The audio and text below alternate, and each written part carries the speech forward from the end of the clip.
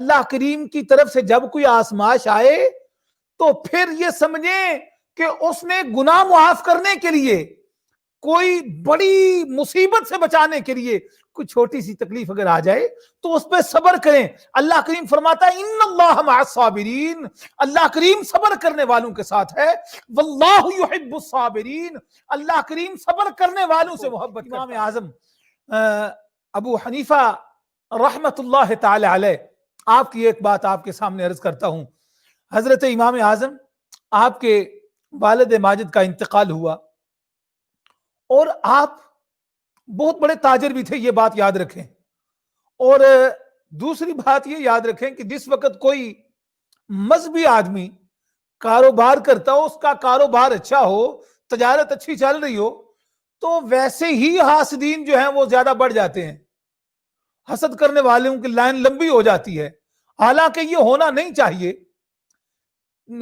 لیکن دنیا داروں کا شاید یہ معاملہ ہے دنیا میں لوگوں کا کہ جو ہمارے مذہبی رہنما ہیں وہ ہمارے آگے پیچھے ہی رہیں، وہ مانگتے رہیں، ہم دیتے رہیں، تو یہی میرا خیال ہے شاید بہتر ہے. لیکن نہیں، حضرت امام اعظم، آپ کا کپڑے کا بہت اعلیٰ کاروبار تھا اور آپ بڑے امیر تھے، والد صاحب کا انتقال ہوا تو آپ کا ایک حاسد آپ کے پاس آیا فاتحہ پڑھنے کے لیے. جیسے ہی فاتحہ پڑھی تھوڑی دیر کے بعد کہنے لگا ابو حنیفہ، تیرے والد کا انتقال تو ہو گیا ہے اور آپ کی والدہ کی اس وقت عمر 80 سال سے زیادہ تھی، حسد کا اندازہ کریں.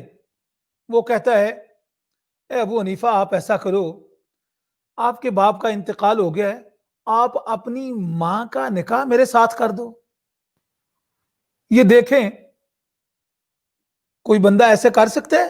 80 سال سے زیادہ ان کی عمر ہے، لیکن وہ چونکہ حاسد تھا اور حسد کی آگ میں جل رہا تھا، اس نے یہ کہا. اور امام اعظم جس وقت یہ سنتے ہیں، آپ کوئی بندہ یہ بات سن کے برداشت نہیں کر سکتا، لیکن آپ چونکہ امام اعظم ہیں اور یہ سارا جس وقت سن رہے ہیں پریشان ہیں، تکلیف میں ہیں، لیکن قرآن کریم کی یہ آیات واللہ یحب الصابرین ان اللہ مع الصابرین، جتنی صبر کے متعلق آیتیں ہیں، احادیث ہیں، وہ بھی ذہن میں گھومنے لگیں.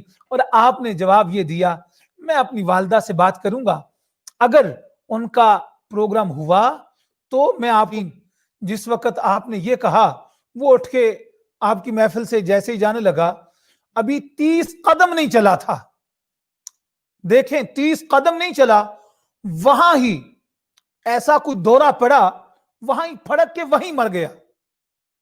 اور لوگوں نے یہ کہا اے امام اعظم، تو نے اسے کون سی بد دعا دی ہے؟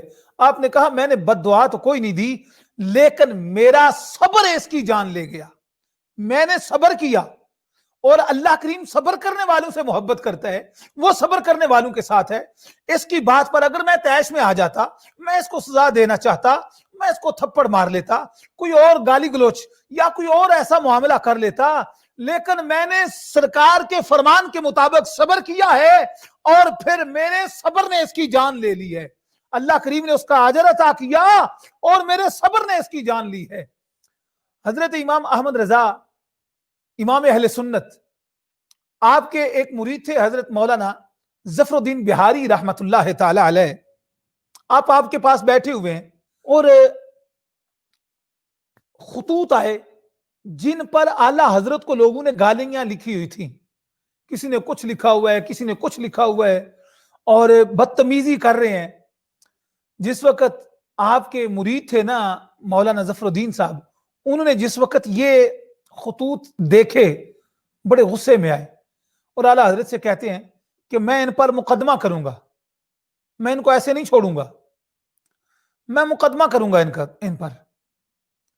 آپ نے فرمایا اچھا، وہ الماری میں اور بھی خطوط پڑے ہیں، دوسری الماری میں وہ لے کے آؤ، اور وہ ان سے زیادہ ہیں. وہ جس وقت لینے کے لیے گئے وہ توڑوں میں پڑے ہوئے تھے، وہ جس وقت لے کے آئے نا، کھولا دیکھا ایک بھی محبت کا، دوسرا بھی محبت نامہ، تیسرا بھی محبت نامہ، تعریفیں لکھی ہوئی ہیں۔ اعلیٰ حضرت نے فرمایا اچھا ظفر الدین، بات یہ ہے کہ تم نے کہا میں ان پر کیس کروں گا، اور یہ جن لوگوں نے محبت نامے مجھے بھیجے ہیں، میری تعریفیں کی ہیں، مجھے محبتیں کی ہیں، ایسا کرو پہلے انہیں انعامات دو نا، تو پھر ان لوگوں پر جا کے کیس بھی کر لینا۔ تو ناظرین، جس وقت کوئی دکھ اور تکلیف پہنچے اس پر صبر کرنا۔ کرونا وائرس کا زمانہ ہے، یہ نہ ہو وہ جی کام والوں نے نکال دیا ہے، وہ دوسرا معاملہ یہ ہو گیا، پریشانی ہو گئی ہے، پتہ نہیں کیا ہو رہا ہے۔ اگر کوئی ایسا خدا نخواستہ معاملہ آ جائے، صبر کریں، اللہ کریم کی بارگاہ آقا جناب محمد عربی صلی اللہ علیہ وآلہ وسلم کی بارگاہ میں ہدیہ درود و سلام پیش کریں، انشاءاللہ تعالی انشاءاللہ بہار ہی بہار ہوگی۔ اللہ کریم کی ذات ہم سب کو عمل کی توفیق عطا فرمائے۔